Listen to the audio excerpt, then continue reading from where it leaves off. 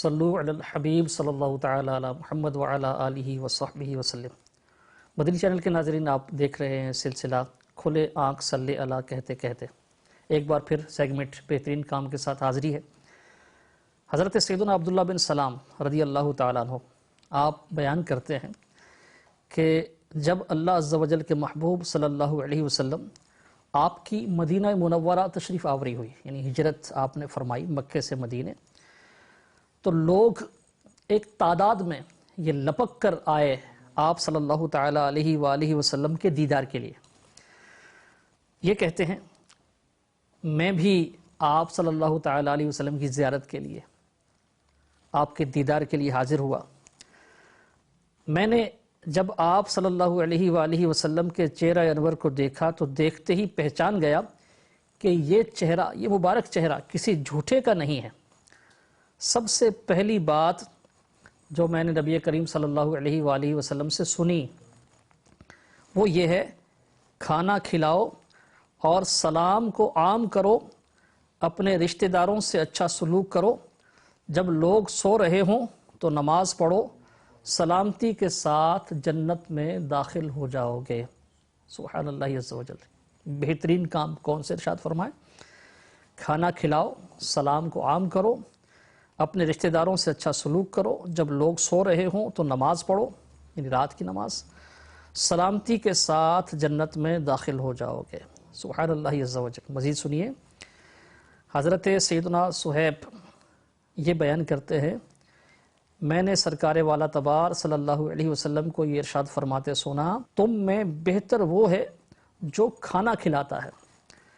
ایک اور روایت حضرت سیدنا جابر رضی اللہ تعالیٰ عنہ سے، اللہ تعالیٰ کے آخری نبی صلی اللہ علیہ وآلہ وسلم نے ارشاد فرمایا، مغفرت کے اسباب، بخشش کے اسباب میں ایک سبب، ایک ریزن بھوکے مسلمان کو کھانا کھلانا ہے۔ اللہ تعالیٰ ارشاد فرماتا ہے، سورہ بلد کی یہ آیت ہے، او اطعام فی یوم ذی مسغبہ،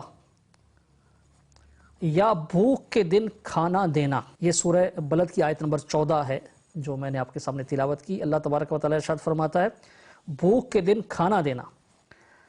ایک اور روایت میں ہے، مغفرت کے اسباب میں سے کھانا کھلانا اور سلام کو عام کرنا بھی ہیں بخشش کے اسباب میں۔ صلو علی الحبیب صلی اللہ تعالی علی محمد وعلی آلہ وصحبہ وسلم۔ پیارے پیارے اسلامی بھائیوں، ہمارے معاشرے میں ایک تعداد ایسی ہے جو بہت غریب ہے،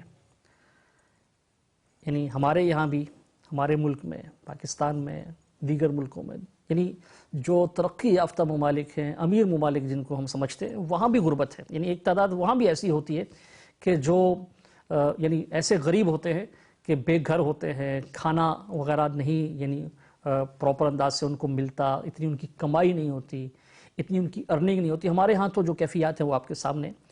تو ایک ہمارے معاشرے میں بڑی تعداد ایسی ہے جو بیچارے یعنی 2 وقت کا 3 وقت کا کھانا بھی پیٹ بھر کر نہیں کھا سکتے۔ کئی ایسے بھی ہوتے ہیں جو بمشکل 1 وقت کا کھانا کھاتے ہیں پیٹ بھر کر، کئی بیچارے 2 وقت کا کھاتے ہوں گے، اور ایک تعداد ایسی بھی ہے جن کو 2 وقت کا بھی نصیب نہیں ہوتا، 1 وقت کا بھی ان کی خواہش کے مطابق پیٹ بھر کر نصیب نہیں ہوتا۔ ایسی بھی ایک تعداد ہے جو گوشت صرف بقرعید کے موقع پر ہی شاید کھاتے ہوں گے اگر ان تک پہنچ جاتا ہو تو۔ اب ایسے میں ایک بہترین کام یہ ہے کہ ہم ایسے جو افراد ہیں ان کو کھانا کھلائیں۔ آپ اپنے گرد و پیش میں دیکھیں، ایک تو وہ ہوتے ہیں جو پیشہ ور بھکاری ہوتے ہیں، پروفیشنل مانگنے والے ہوتے ہیں، گداگر ہوتے ہیں، یہ تو آپ کو گلی گلی مل جائیں گے، لیکن آپ ان کے حالات سمجھتے ہیں کہ کیسے ہیں۔ ان میں ایک تعداد ایسی ہوتی ہے کہ وہ صرف پیشے کے طور پر بھیک مانگ رہی ہوتی ہے، وہ یعنی اس کے حقدار نہیں ہوتے۔ لیکن آپ اپنے گرد و پیش میں دیکھیں گے، بالخصوص آپ اپنے رشتہ داروں میں دیکھیں، اپنے بہن بھائیوں میں، چچا، ماموں، خالہ، پھوپھی، یہ جو ذی رحم رشتہ دار ہیں ان کی اولادوں میں دیکھیں، آپ اپنے جو سسرالی رشتہ دار ہیں ان میں دیکھیں، اسی طرح اپنے محلے میں دیکھیں، اپنے پڑوس میں دیکھیں، اپنے جو آپ کے ننیال کے رشتہ دار ہیں ان کی طرف دیکھیں، آپ ددیال میں دیکھیں، تو آپ کو اپنے رشتہ داروں میں بھی ایسی تعداد ملے گی جو اگرچہ سفید پوش ہیں، کسی سے مانگتے نہیں لیکن ہیں آزمائش میں۔ آپ معاشرے میں دیکھیں، ہاسپٹل، ہسپتال یعنی مریضوں سے بھرے ہوئے ہیں، یہاں جو مریض ہے وہ آزمائش میں ہے، اس کے ساتھ اس کا پورا خاندان آزمائش میں ہے۔ اب مریض تو اندر ہے، لیکن اس کے ساتھ جو اس کی تیمارداری کے لیے، اس کی بیمار پرسی کے لیے، اس کا خیال رکھنے کے لیے ایک گھر کے 2-3 افراد ساتھ آئے ہوئے ہیں، وہ بیچارے بہت آزمائش میں ہوتے ہیں۔ ایک طرف وہ بیماری کے خرچے ہوتے ہیں، علاج کے خرچے ہوتے ہیں، پھر ان کو باہر سے ہوٹلوں سے اور وہ کھانا پڑتا ہے، جو یعنی پیٹ کے لیے بھی نقصان کا سبب ہوتا ہے، ضرر کا سبب ہوتا ہے، اور ساتھ ساتھ مہنگا بھی بہت ہوتا ہے۔ تو انہی کو دیکھ لیں، ہاسپٹلس میں جو بیماروں کی بیمار پرسی تیمارداری کے لیے ساتھ آئے ہوتے ہیں۔ اس طرح اور دیکھیں تو ایک تعداد ایسی ہے ہمارے معاشرے میں جن کی ارننگ، جن کی کمائی بہت لو ہے اس مہنگائی کے دور میں۔ آپ یقیناً اچھے انداز سے سمجھتے ہیں کہ جو اشیاء ضرورت ہے ان کی قیمتیں کتنی بڑھ چکی ہیں، مہنگائی کتنی بڑھ چکی ہے۔ تو ایسے میں ایک بہت بڑی تعداد ایسی ہے جو متاثر ہوئی ہے۔ اب ہم ان کی مدد کر سکتے ہیں، ان کو کھلا سکتے ہیں، پلا سکتے ہیں، ان کے گھر میں راشن پہنچا سکتے ہیں۔ تو ایک بہترین کام ہے مسلمانوں کو، غریبوں کو، بھوکوں کو کھانا کھلانا۔ اللہ تبارک و تعالی سب کے حال زار پر رحم فرمائے، اللہ تبارک و تعالی عافیت عطا فرمائے، اللہ تعالی ہمیں کسی کا محتاج نہ کرے، اور جو محتاج ہیں اللہ تعالی ہمیں ان کی مدد کی توفیق بخشے۔ آمین بجاہ النبی الامین۔